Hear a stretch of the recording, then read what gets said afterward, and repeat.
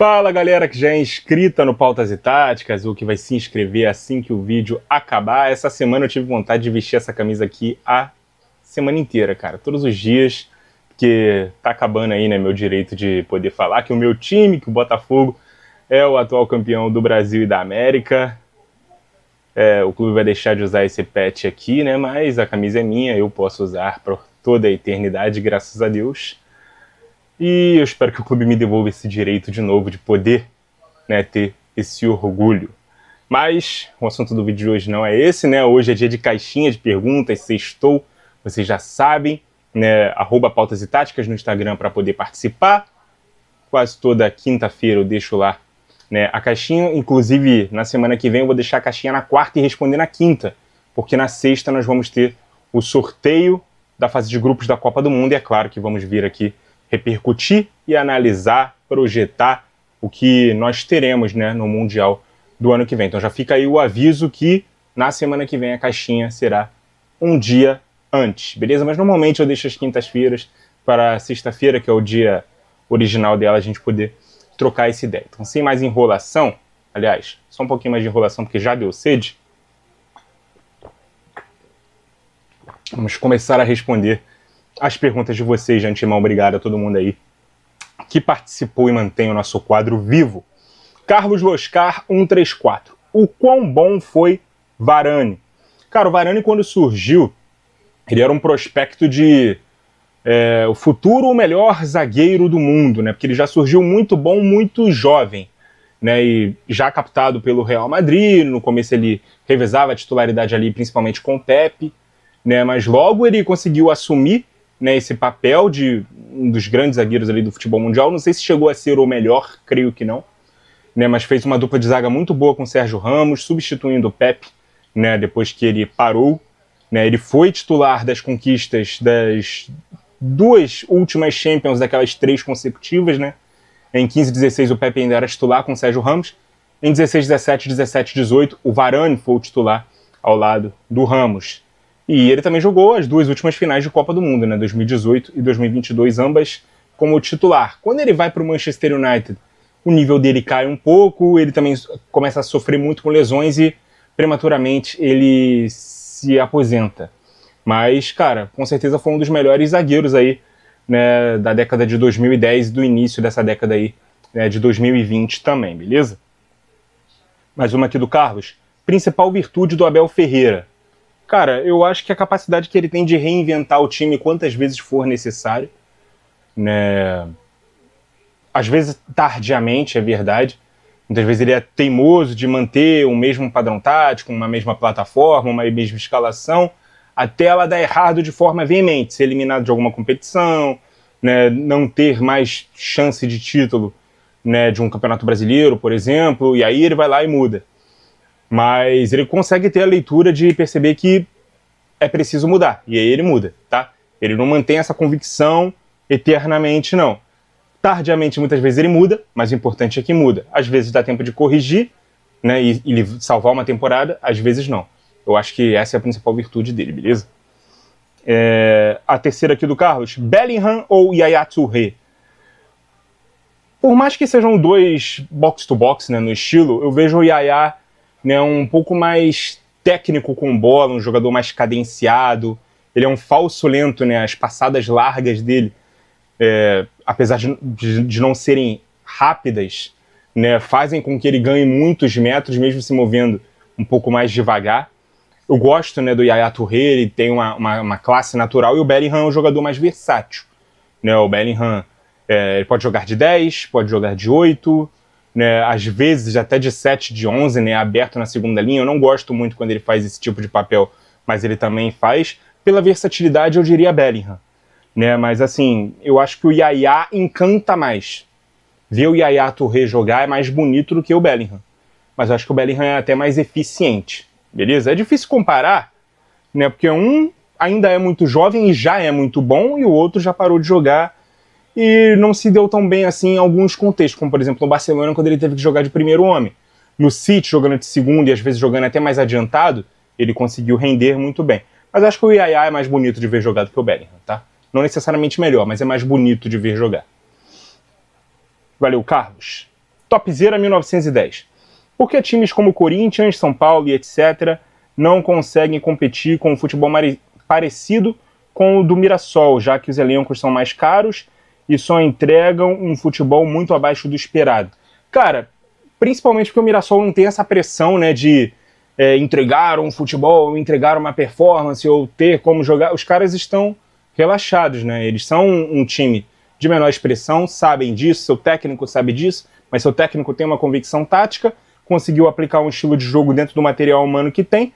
E quando você tá num São Paulo, num Corinthians, num time de maior expressão e a coisa começa a desandar, o técnico ele não tem essa paz, né? Ele começa a ser um pouco mais pressionado e muitas vezes joga para não perder, joga para se segurar no cargo, joga de uma maneira mais defensiva.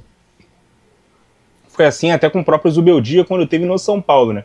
A gente tá no dia seguinte aqui, né, que o São Paulo tomou aquela porrada do Fluminense, do Zubeldia, né, que pratica um futebol até ofensivo no tricolor das Laranjeiras, coisa que ele não conseguiu desempenhar tão bem assim no São Paulo, também por desfalques, também por ter um material humano, né, que te entrega características diferentes de jogo.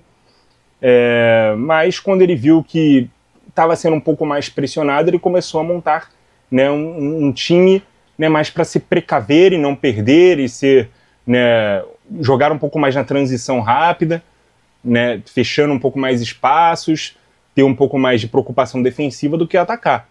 O Corinthians, ele tem o Dorival Júnior como treinador, e já é o segundo treinador, né, do Corinthians no ano, começou o ano ali com o Ramon Dias, que já tinha sido contratado para salvar o Corinthians numa queda e tal, conseguiu boa performance e tudo mais. Eu acho até que tem semelhanças nos estilos de jogo dos dois treinadores. Ambos usavam, por exemplo, o 4-3-1-2, né, o 4-4-2 com o losango de meio campo, mas isso é para falar só de plataforma. O Ramon até passeava um pouco mais por plataformas de 3 zagueiros, por exemplo. Mudava mais a escalação titular do que o Dorival, que é um técnico mais de este é o meu 11, né, e vou seguir com ele tantas partidas quanto for possível, a não ser que eu tenha que poupar algum jogador, substituir, né, por lesão ou suspensão. Então esses caras têm estilos de trabalho diferentes. E a pressão que esses clubes, né, por serem muito grandes, acabam tendo, não dá a esses caras a paz de trabalhar para poder jogar da forma que for, porque se os resultados não vierem, né, eles vão acabar sendo demitidos. E aí, não é só porque o material humano é mais caro que necessariamente ele consegue aplicar um estilo de jogo mais ofensivo como é o do Mirassol, tá? Às vezes o do Mirassol é mais barato, mas tem características, que encaixam perfeitamente com a ideia de jogo lá do Guanás. Ao mesmo tempo, eu sei que o Guanás vai ser muito cobiçado no mercado de técnicos na próxima temporada por vários clubes grandes.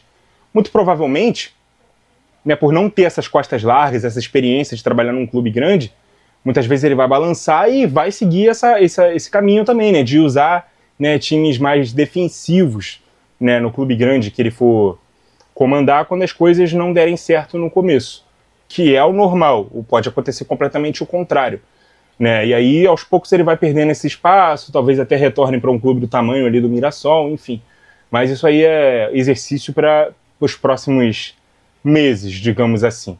Mas eu acho que é bem por aí, cara. Acho que a pressão atrapalha os clubes grandes e seus treinadores de poder praticar por muito tempo um estilo de jogo que demanda mais treino, né, mais refino, porque se os resultados não vierem, ele começa a balançar e acaba sendo demitido. Não à toa estamos falando aqui, no seu exemplo, Corinthians e São Paulo, dois clubes que trocaram de técnico no meio da temporada, beleza?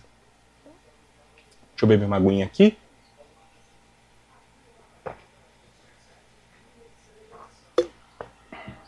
Vamos para a segunda pergunta aqui do Topzera. O que será que passa na imprensa argentina vendo o domínio brasileiro na Libertadores nos últimos anos? Já que times como River e Boca estão muito inferiores aos brasileiros como Flamengo e Palmeiras. Cara, eles chegam a comentar, né, que o nosso campeonato é a Premier League das Américas. Já falei isso aqui em alguns vídeos. A gente sabe que de Premier League o Campeonato Brasileiro não tem nada. Mas eles falam isso muito a nível financeiro em relação a como eles têm uma moeda mais forte, uma capacidade de captação de talento, de contratação dentro da própria América do Sul, ou de repatriar próprios jogadores brasileiros, às vezes até jogadores do mercado europeu, né, que estão mais em fim de carreira ou estão sem espaço na Europa, como é o caso do Depay, por exemplo, como foi o caso do Payet, por exemplo. Então os clubes brasileiros eles têm essa capacidade que os clubes argentinos não têm, que os clubes do restante da América do Sul não têm, por questões de moeda, por questões de equilíbrio de contas, né? São clubes que muitas vezes estão falidos. Aqui no Brasil até a gente tem vários clubes que, se fossem empresas, já estariam falidos, né? Mas temos os clubes que são SAF, né? Que inclusive aderiram a esse modelo justamente para poder ter mais aporte financeiro, arrumar a casa e conseguir investir mais no elenco para poder ser competitivo. O Botafogo é um exemplo disso, o Cruzeiro é outro exemplo disso. Enfim, então o futebol argentino, desorganizado como é, e os clubes argentinos geridos como são, não tem a mesma força financeira que os brasileiros. Então eles olham para o futebol brasileiro realmente com muita inveja, digamos assim, né? Mesmo assim, alguns deles até conseguem chegar bastante longe na Libertadores, enfim. Outra pergunta aqui do Topzera. Se ajustasse o calendário do futebol na América, caberia o retorno dos mexicanos da Libertadores? Cara, os mexicanos saíram depois de um ajuste, inclusive, que a Conmebol fez, né, que foi de esticar o calendário da Libertadores de 6 meses para o ano inteiro. Né? Antigamente terminava, né, a Libertadores no meio do ano, ali para julho, agosto, mais ou menos nesse período. E aí os mexicanos que não abriam mão, por exemplo, de disputar, né, a Conca Champions, né, a Champions League da CONCACAF, podiam jogar a Libertadores também. E aí também com o aumento de vagas, né, uma outra fase preliminar antes da fase de grupos, o que a gente aqui chama de pré-Libertadores, né, que já é Libertadores no caso. Isso tudo fez os mexicanos se retirarem da competição. Eu gostava dos times mexicanos na Libertadores, na Sul-Americana, mas, cara, em questão de logística era muito ruim para os times daqui terem que viajar até lá, principalmente, né, nos estádios que tinham altitude, né, que estavam em cidades que tinham altitude. Né. Eu acho que competitivamente não faz muito sentido, inclusive, né, você ter equipes mexicanas jogando uma competição sul-americana. Inclusive, quando ia um mexicano e um, sei lá, brasileiro, argentino, enfim, para a final, independente se o mexicano fosse campeão ou não, aliás, nunca foi, essa equipe adversária do mexicano já estava automaticamente no Mundial de Clubes, né, que hoje seria a Copa Intercontinental. Porque um clube de fora da Conmebol não poderia representar a Conmebol nessa competição internacional. Então, acho que, cara, não faz sentido fazer um esforço para que os mexicanos voltem a disputar as competições sul-americanas, não. Foi um período que aconteceu e não vai voltar, e espero realmente que não volte, beleza? Obrigado, Topzera. Francisco Teixeira. Houve algum jogador que não chegou à seleção brasileira e que podia ter feito a diferença? Cara, tem muitos jogadores brasileiros que ou jogaram pouco na seleção, ou jogaram consideravelmente, mas não foram à Copa do Mundo.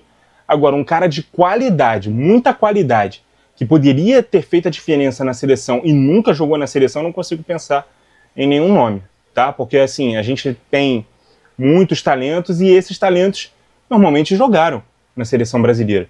Os que não jogaram, assim, e decidiram se naturalizar, a gente entende, como o Deco, como o Thiago Alcântara, né, como o Diego Costa, que até jogou uma partida não oficial pela seleção, o Jorginho, né, que decidiu se naturalizar italiano também. Então são jogadores que em algum momento poderiam, né, fazer parte aí do grupo da seleção brasileira. Agora, se eles iam fazer a diferença, eu não sei. Eu acho que de todos esses, o Thiago Alcântara é o que eu mais lamento, a gente ter perdido a oportunidade de poder ter usado na seleção em algum momento por ele ter se naturalizado espanhol e defendido a seleção espanhola. Inclusive, ele, se eu não me engano, tá? Ele só foi convocado para uma Copa. Né? Ele só jogou uma Copa do Mundo com a seleção da Espanha. Né? Em algumas outras que ele poderia ter ido, ou ele se machucou, ou, por opção do treinador, não quis levar.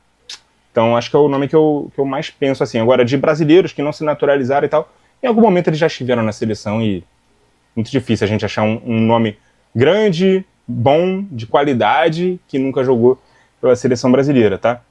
Se a gente for pegar, você é clubista, um pouco clubista até agora, né, a gente estava procurando aí um reserva para o Casemiro. O Gregore, que jogou no Botafogo na temporada passada, até metade dessa, é um cara que tem as características do Casemiro. É porque agora ele foi jogar no futebol dos Emirados Árabes, vai ficar difícil ver ele jogar lá, o nível de enfrentamento também é muito diferente, então dificilmente, né, o Gregore seria convocado pelo Ancelotti, mas se estivesse ainda no Botafogo, ele poderia ser um bom reserva ali, né, para o Casemiro pelas características. O Gregore nunca jogou pela seleção brasileira, por exemplo. Agora, dizer que o Gregore faria a diferença, eu acho, né, que seria um tanto quanto exagero, mas é um nome que poderia estar na seleção hoje, se tivesse permanecido no Botafogo, com tranquilidade, beleza? Mais uma aqui do Francisco. Hoje eu tô ficando com sede cedo. Aqui do Francisco, cadê? Aqui. Por que custa tanto a alguns jogadores sul-americanos a adaptação ao futebol europeu? Cara, porque muitas vezes eles sobem com muitos vícios técnicos. E eles sobem também dentro de escolas táticas diferentes, né, que muitas vezes privilegiam, né, a liberdade intuitiva do jogador, a qualidade técnica mais do que a disciplina tática. E quando vão para a Europa e se deparam com sistemas mais rígidos, mais posicionais, com funções mais pré-determinadas, ocupações de espaço também pré-determinadas, esses caras que gostam de ter mais liberdade para jogar, eles acabam se sentindo, né, privados de poder expressar o seu talento mais vezes durante o jogo. São subaproveitados. Mas muitos deles também, né, sobem com aquilo de você é o melhor jogador do time e você não marca, tá? Você, sem bola, você vai ser preservado. Chega na Europa, o cara ou tem que correr para trás, né, ou tem que correr para frente para pressionar. 5 metros para frente ou 50 para trás. Ficar com a mão na cintura é inadmissível. E aí o cara que é formado com esse vício, né, muitas vezes ele não consegue se adaptar ao futebol europeu também por isso. Nessa falta de disciplina defensiva também. Mais uma aqui do Francisco. Para quando uma análise do meu Benfica? O Francisco é português, né? Eu me lembro do Francisco, um abraço aí pro Francisco e pra nação portuguesa, lusitana. Cara, eu preciso ver mais jogos do Benfica, né? Na Champions, infelizmente, o Benfica do Mourinho não tá muito bem, né? Foi ganhar o seu primeiro jogo agora na 5ª rodada. Provavelmente tarde demais para conseguir postular uma classificação, mas eu preciso ver mais jogos ali do Benfica também no Campeonato Português, né, para poder ter mais munição para fazer uma análise. Mas se você quiser ver análise de outros times do Benfica, né, que já foram analisados aqui no canal, você pode ficar à vontade aí e pesquisar, jogar análise rápida Benfica ou pautas e táticas Benfica. Você vai ver aí algumas análises que já foram feitas por nós aqui no canal, beleza? Forte abraço, Francisco. Gabriel Baltazar, GB. O que acha de Abel Ferreira colocar o Campeonato Brasileiro sob suspeita? Cara, o próprio John Textor fez isso, né, no passado. Assim, e foi muito criticado por isso, inclusive por gente de dentro do Palmeiras, né, a Leila Pereira, por exemplo, né, usou palavras duras contra ele, né, enfim. Eu acho que, de cabeça quente, as pessoas acabam falando coisas que se arrependem depois, e por mais que elas sintam de verdade, e elas não podem provar, então elas não poderiam ter dito. E eu fiz essa crítica também ao Textor, por mais que eu ache que, de alguma forma, possa haver razão. Porque, cara, eu não acredito que, assim, num país corrupto, num país que tem muita gente querendo levar vantagem, né, num esporte onde se movimenta muito dinheiro, onde vários jogadores foram pegos, né, envolvidos em esquema de apostas, ou tentando se beneficiar por conta de alguma manipulação de resultado, de alguma ação dentro do jogo, né, que possa beneficiar apostadores e, consequentemente, ele também pode levar o dinheiro em cima. Eu me recuso a não, pelo menos, duvidar que existam árbitros que também entrem em campo mal intencionados. Né, seja para se beneficiar em relação a isso, seja até, né, pela questão do próprio time de coração, se não diretamente, indiretamente, poder ajudar um ou prejudicar um rival do time que ele torce, porque futebol, cara, também é amor. Eu acredito que pouquíssima gente, até os próprios árbitros, não cresceram com o sonho de ser árbitro. E foi uma forma que eles encontraram de poder participar do espetáculo também, de poder estar perto ali, né, de algo que ele também ama, que é o futebol. E se ele ama o futebol, ele tem um time de coração. Se ele tem um time de coração, ele talvez, não deveria, tá? Talvez, provavelmente, inclusive, tome algumas decisões, né, pautadas no sentimento. Eu posso provar isso? Não posso provar isso. Eu posso pensar isso? Claro que eu posso pensar. Nós todos devemos ser indivíduos questionadores. Assim, mas a partir do momento que você é técnico de um time de futebol, né, e por mais que você pense isso, você não pode chegar no microfone e falar. Ele, inclusive, chegou a falar de uma forma até bem arrogante e pedante. Depois eu vou falar o que eu acho sobre esse campeonato. Né, como quem diz assim, cara, daqui a pouco eu vou embora mesmo. E aí eu meto o malho aí, né, no Campeonato Brasileiro, no que eu acho e tudo mais e tal. Mas assim, reclamar de arbitragem é algo normal. A pressão que os caras fazem para, na dúvida que o erro seja a meu favor na próxima rodada, isso tudo é bem normal.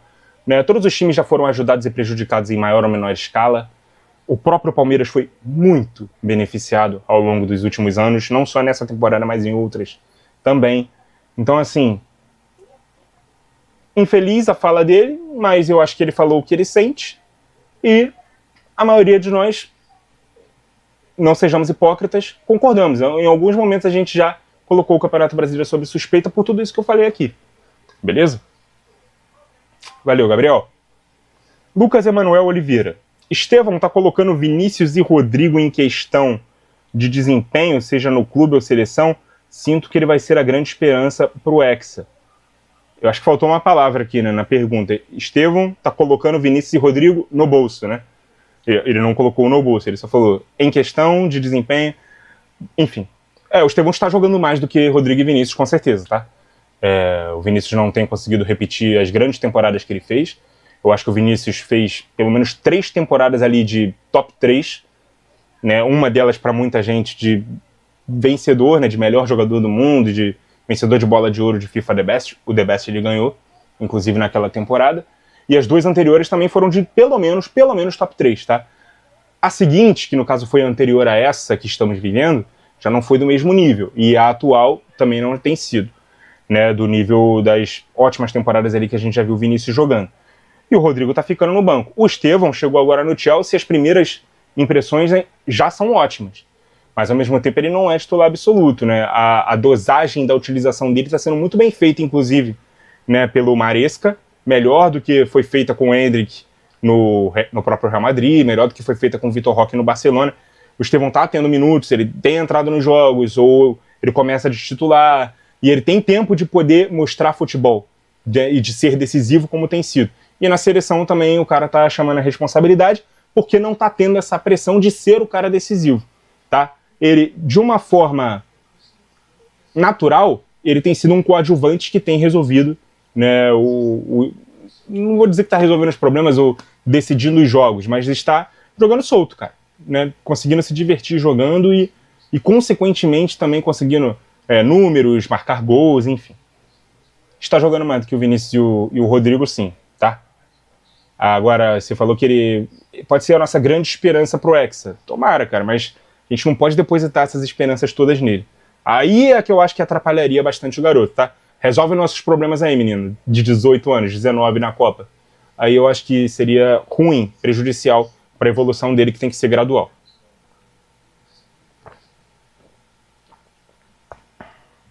E para isso, a presença de jogadores com as costas mais largas, como o próprio Vinícius, como o Rodrigo, como o Rafinha, é bem necessária, né, para a evolução ali do Estevão.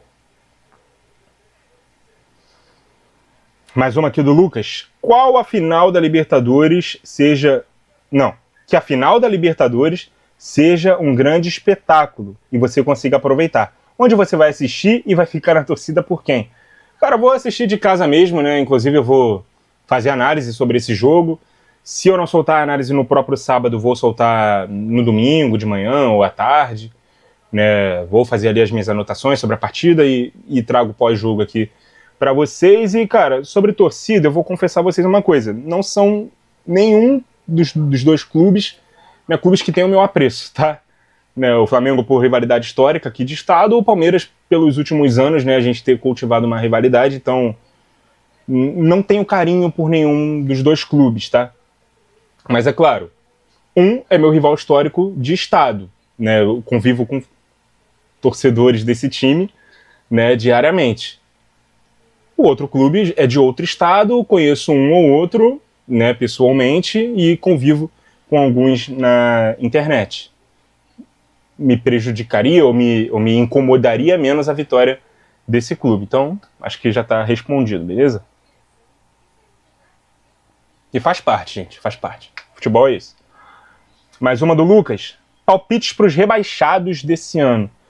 Cara, eu não vou palpitar assim, cravando quais serão os rebaixados, não, mas eu vou falar algumas coisas, né, que, inclusive como jornalista, como analista, eu acho que são bem ponderáveis e não seria irresponsável da minha parte falar o que eu vou falar aqui, tá? Vitória e Fortaleza estão jogando mais bola do que Santos e Internacional. Estão em viés de alta, enquanto Santos e Inter estão ou em baixa ou estacionados ali. Tá? Eu não vou dizer apostaria, mas eu acho que a tendência é que esses dois clubes pontuem mais, né? Tanto Vitória quanto Fortaleza, pontuem mais do que Santos e Inter. Agora, se vai ser suficiente para que eles consigam se salvar e que colorados e santistas caiam, a gente precisa esperar para ver. Outra coisa, muita gente está dando Juventude como rebaixado já. Cara, jogar em Caxias é muito difícil. O Santos vai ter esse jogo pela frente, contra o Juventude. Independente se vai perder nessa rodada para o Bahia, eu acho que o Bahia também visita o Juventude, né? E vai ser um jogo difícil para o Bahia. Principalmente no Alfredo Jaconi, é muito difícil bater o Juventude. E se for em casa, como eu tô pensando, né? Se for lá no Jaconi, eu acho que o Juventude é favorito contra o Bahia e contra o Santos também. Então, Juventude eu não dou como já rebaixado, tá? E Vasco e Ceará eu acho que ainda estão ali, né, com uma pontuação perigosa, mas eu acredito que em algum momento eles vão fazer a pontuação necessária para poder se livrar, tá? Mas tem que estar com o olho aberto, né? Não pode sentar nessa vantagem ali de 3, 4 pontos ali que os dois têm ali para a zona, né, como se já estivessem salvos. Não estão. Beleza?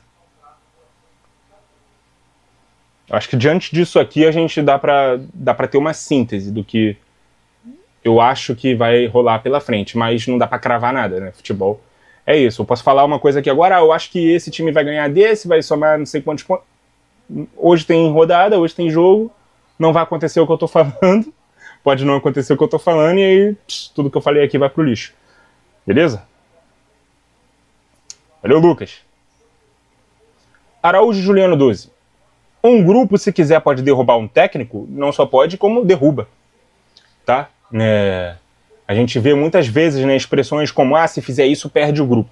Né, expor jogador, né, ser incoerente com as escolhas, né, enfim, são várias situações ali, né, que o jogador de futebol, eles têm meio que um código de ética entre eles, e a maioria dos treinadores já foi jogador. Né? E tem esse código de ética também, né? Essa relação de confiança entre treinador e jogador. E aí, cara, uma das funções do treinador é convencer o grupo de jogadores a comprar a ideia dele, correr para ele, para que ele se mantenha no cargo e todo mundo se beneficie juntos, né? Dos resultados e também tenha bom desempenho. Se ele não conseguir convencer esses jogadores que a ideia que ele está propondo é a melhor, os caras derrubam ele. Isso acontece. E já aconteceu muitas vezes. Beleza? A segunda aqui do Juliano. Maradona como personagem é o maior do futebol?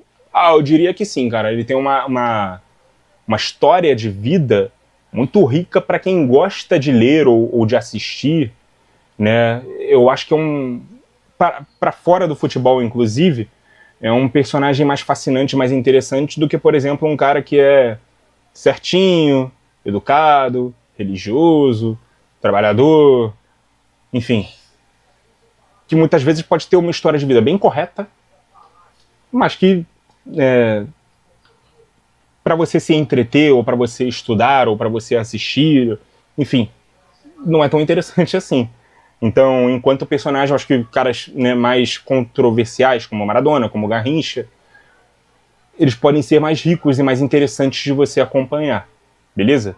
Isso é diferente de falar que eles são exemplares. Não são exemplares.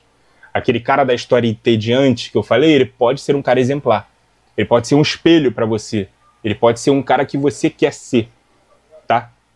Ou que você se espelha em ser e fazer algo, conduzir a sua carreira ou a sua vida pessoal da forma como ele faz. Só que um livro sobre esse cara, um filme sobre esse cara não vai ser tão interessante como um filme do Maradona, uma série do Maradona, um livro do Garrincha, enfim. Esses caras mais controversiais são personagens mais interessantes de se acompanhar, pelo menos na minha visão, beleza?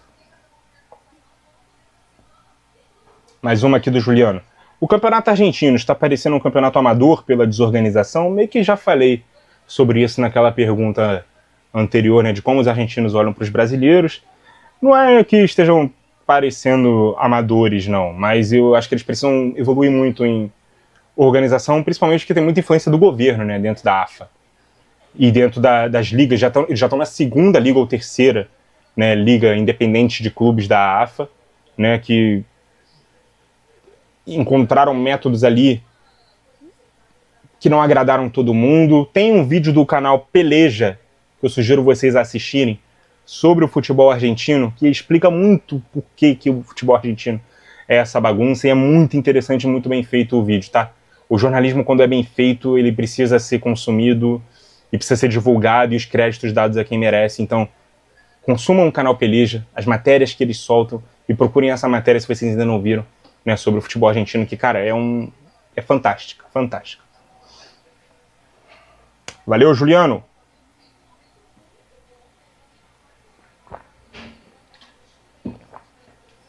Léo Olive 03.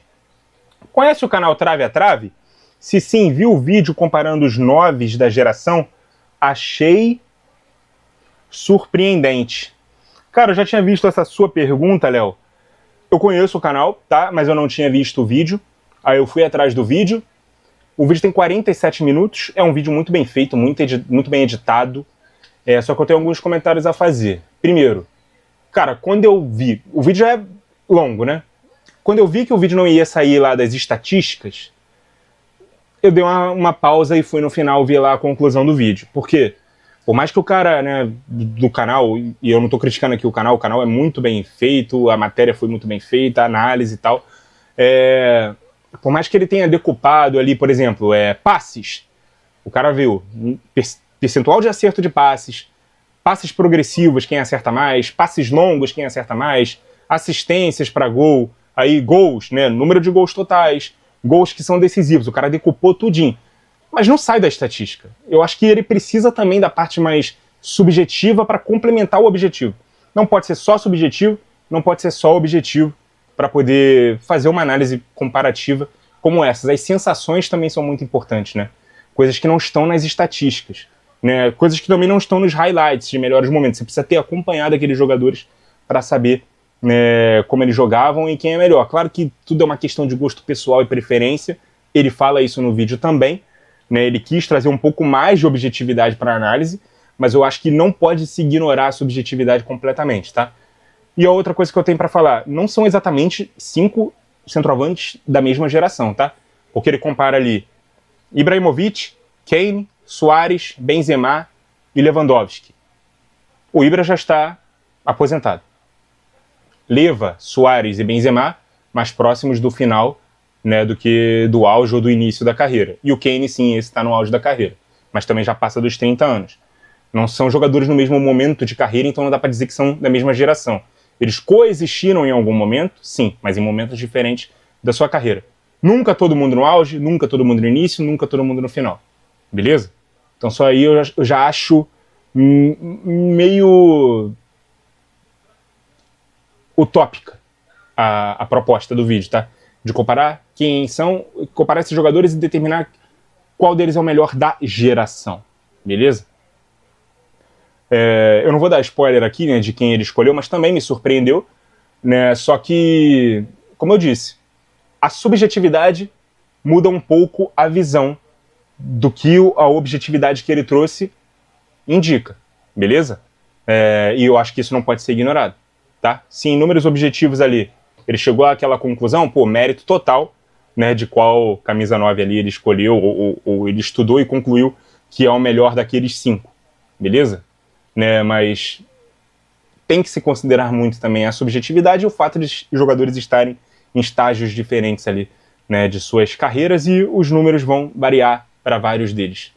Mas, enfim, eu não vou dar o spoiler para quem quiser conferir o vídeo lá do canal Trave a Trave. Acho que foi na semana passada que eles postaram o vídeo, né? Vocês confiram lá e vejam, né, qual foi o escolhido desses 5 centroavantes aí, qual deles, né, foi, dentro do estudo lá que o canal realizou, qual deles foi escolhido como o melhor dos 5, beleza?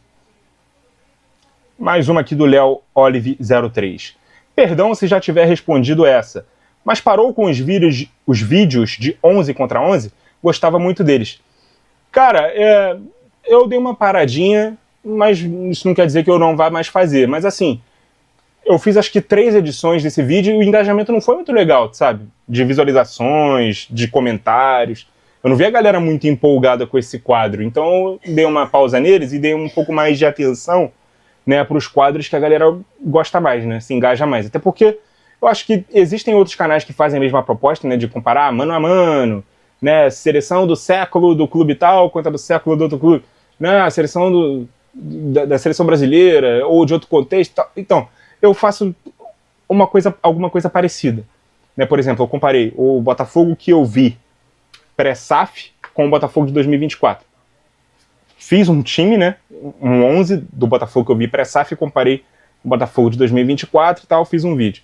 Comparei os gringos contra os brasileiros desse Brasileirão, fiz 2 seleções e comparei para fazer o vídeo. Comparei, né, os brasileiros que mais se destacaram na seleção no século XX com os que mais se destacaram no século XXI.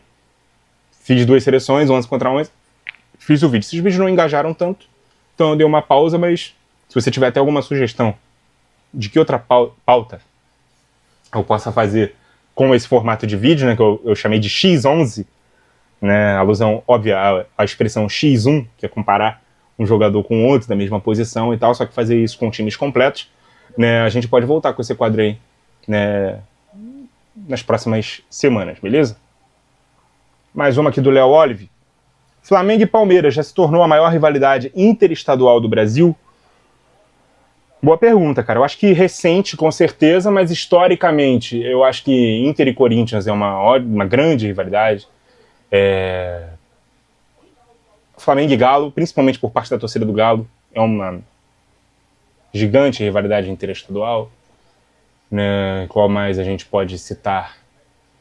Né? Em outros momentos, né? Cruzeiro e Palmeiras, né? Palmeiras e Grêmio.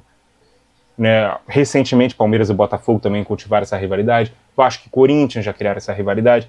Eu fiz um vídeo sobre os maiores clássicos interestaduais do Brasil no início desse ano. Inclusive esse vídeo foi pro ar. Você pode dar uma conferida lá. Eu acho que entre os atuais não tem pra onde correr. É Flamengo e Palmeiras. Mas historicamente eu acho que alguns desses aqui ainda podem estar na frente. Beleza? Valeu, Léo. João Destro 77. Qual duelo individual que nunca aconteceu você gostaria de ter visto no futebol? Tipo, zagueiro versus atacante.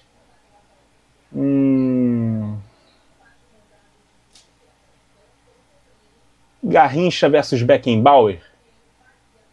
Seria ótimo, né? Num Botafogo e Bayern. Né? O Botafogo ali dos anos 60 contra o Bayern dos anos 70. Era de ouro de cada clube, de cada um dos clubes que eu torço. Né, o anjo das pernas tortas, o rei do drible que fazia os zagueiros de Joões contra o maior zagueiro da história do futebol, né, que é o Beckenbauer. Quem será que levaria essa melhor? Eu acho que esse X1 aí seria histórico e fantástico da gente poder assistir. Infelizmente nunca aconteceu, né, porque são jogadores de épocas distintas. Mais uma do João. Qual elenco na história foi o mais próximo de ser o Dream Team do futebol, com mais craques juntos?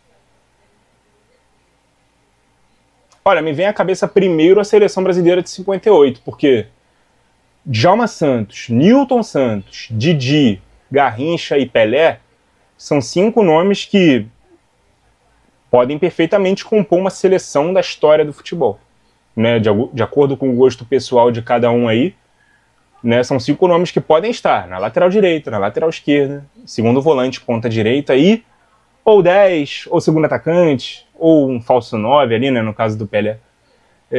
Podem estar na seleção de muita gente. Então, acho que é a que mais se aproxima, cara, a seleção de 58, seleção brasileira de 58, por esses 5 nomes que eu citei. A seleção de 70 jogou mais bola, jogou, mas eu acho que ela não reunia tantos craques do primeiro nível da história do futebol, que podem estar numa seleção histórica do futebol, né, como a de 58. Eu acho que em nomes a de 58 ainda é mais poderosa do que a de 70. Coletivamente falando, funcionalmente falando, a de 70 é a maior seleção da história, não tenha dúvida disso. Mas na questão ali de reunir mais craques, eu acho que a de 58 ainda leva melhor, beleza? A terceira aqui do João Destro, Gerrard e Lampard, devem algo a Xavi e Iniesta, tecnicamente falando? Cara, é mais uma comparação de estilos diferentes, né? Gerrard e Lampard mais box-to-box, Xavi e Iniesta mais camisas 8, cadenciados, meias armadores, interiores de posse, né? O Gerrard e o Lampard talvez eles sejam até mais completos no sentido de o Gerrard poderia ser um 5, o Lampard poderia ser um 10, e os dois eram 8 de origem. Né? O Xavi e o Iniesta são 2 8, né? O Iniesta pode ser um 10, pode ser um 11, né? Poderia jogar aberto. O Xavi, dificilmente ele funcionaria numa função diferente de 8, no começo da carreira ele foi 5, ele poderia ser um 8 de dupla de volante ou um 8 de tripé de meio campo, né? Com um 5 e 2 8, que foi como os dois se destacaram, mas não funcionariam os dois como dupla, como Gerrard e Lampard funcionavam como dupla. Ao mesmo tempo, Gerrard e Lampard, quando jogavam juntos pela seleção, não conseguiram levar a seleção a muito mais do que eles puderam levar, né? Quartas de final de Copa do Mundo e foi isso. E, inclusive o time só passou a funcionar quando entrou ali mais um volante para poder ajudar ali na contenção e liberar um pouco mais os dois para poderem ter funções mais ofensivas. Xavi e Iniesta não poderiam formar um meio campo só os dois, por exemplo, né? Os dois como dupla de volantes, ou sem um Busquets por trás deles, ou um Xabi Alonso, como eles tiveram também suporte na seleção espanhola, juntamente com o próprio Busquets, enfim. Eu acho que são 4 jogadores espetaculares, mas se eu for comparar aqui, né, o nível de cada um aqui que eles apresentaram, eu acho que o Xavi e Iniesta apresentaram um nível mais alto do que Gerrard e Lampard, tá? Não quer dizer que eles devam algo a Xavi e Iniesta tecnicamente falando, mas quer dizer que eles não atingiram o mesmo nível, tá? Mas taticamente falando, como eu disse, eles eram até mais completos e autossustentáveis do que Xavi e Iniesta. Valeu, João. André, nosso querido Steve-O, né, que como a torcida do Chelsea chama, né, matou o meme do Cuiabá Man, falando aqui do Estevão. Até não estava associando esse Steve-O, né, que o André aqui digitou. Né, eu até cheguei a perguntar para ele, quem é Steve-O? E ele me... porque os ingleses não conseguem falar Estevão, né? Eles têm essa dificuldade de pronunciar o nome do menino. Cara, matou, né? Eu acho que já era injusto na época do Palmeiras. Claro que se cobrava que ele fosse mais decisivo, que ele aparecesse mais em jogos grandes, mas a gente nunca pode esquecer que é um adolescente, gente. Que é muito talentoso, sim, mas não pode ter a pressão de ser o cara decisivo, nem no Palmeiras, nem na seleção, nem no Chelsea. Mas ele está conseguindo aí fazer gols em grandes clubes. Ele fez gol no Liverpool, agora no meio de semana ele fez gol no Barcelona. Então não é só de Cuiabás, né, que vivem as estatísticas aí do Estevão, beleza? Está conseguindo crescer e evoluir como jogador, ainda bem.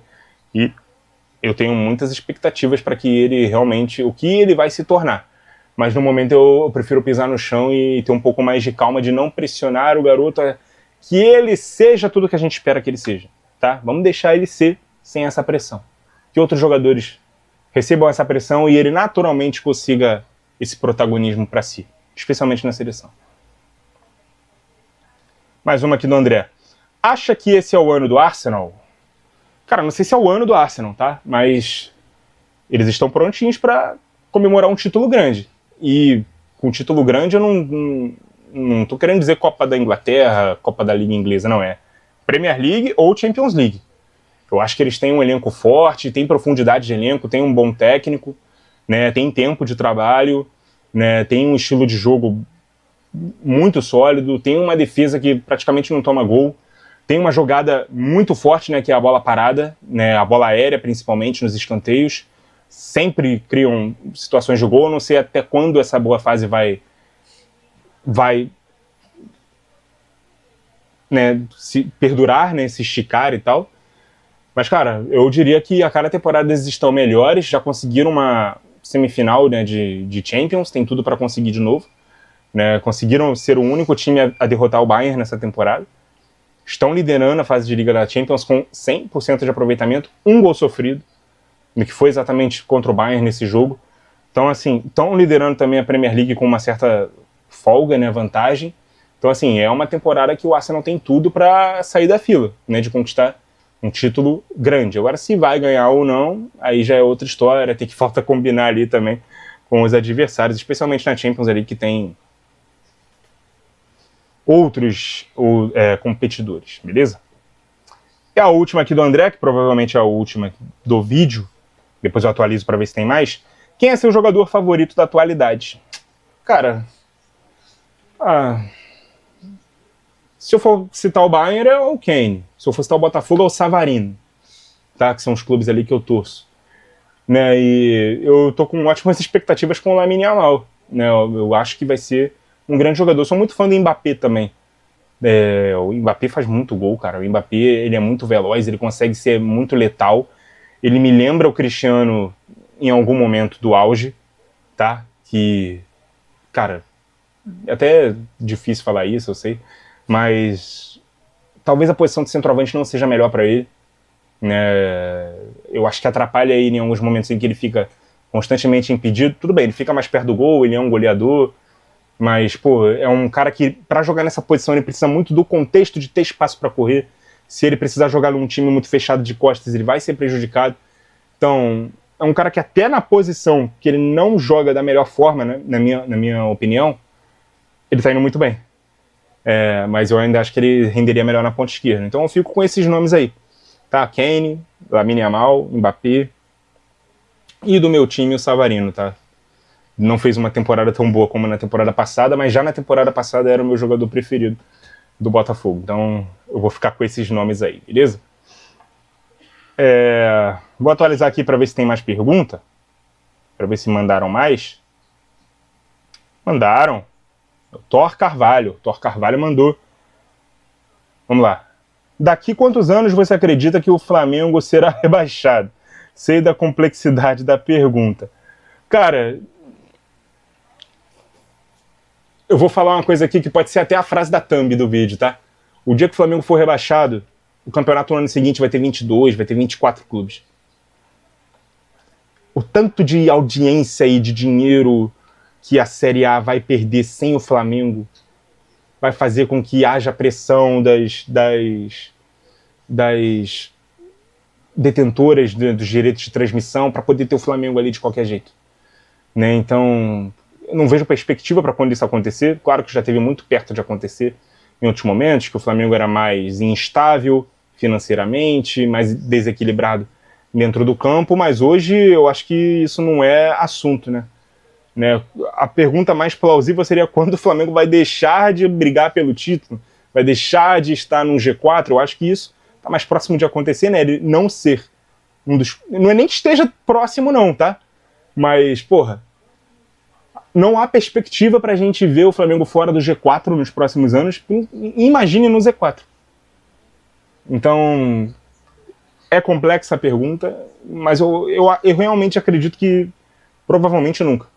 Ou pelo menos eu provavelmente nunca vou ver o Flamengo rebaixado. Infelizmente. Falando como torcedor rival. Mais uma aqui, doutor. Quais jogadores passam para você a aura de jogar só por dinheiro, que sabem que tem talento, mas que no fundo não gosta de exercer a profissão? Porra, difícil, hein? Nunca parei pra pensar nisso. Não gosta de exercer a profissão é difícil, né, cara? Eu acho que nenhum moleque sonha em ser jogador de futebol só pra ficar rico, tá? Eu acho que eles sonham em ser jogador de futebol porque eles gostam de jogar. Então, assim, não consigo pensar em nenhum nome, sinceramente. Nenhum. Claro que tem jogador que gosta de dinheiro, que é mercenário, que pra onde pagar mais os caras vão.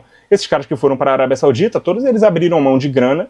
Aliás, abriram mão de estar em clubes grandes, estar nos principais palcos, talvez até estar dentro das suas seleções para poder priorizar a grana. Então, provavelmente, algum desses nomes aí que estava no auge da carreira e foi para lá, né, vai se encaixar dentro disso. Agora, qual deles é o que mais se encaixa? Não consigo pensar em um nome específico, beleza? Vou ficar te devendo essa resposta, Thor. E o terceiro, o que acha do Soteldo? O nível dele é para o Brasileirão? Ah, é para o Brasileirão.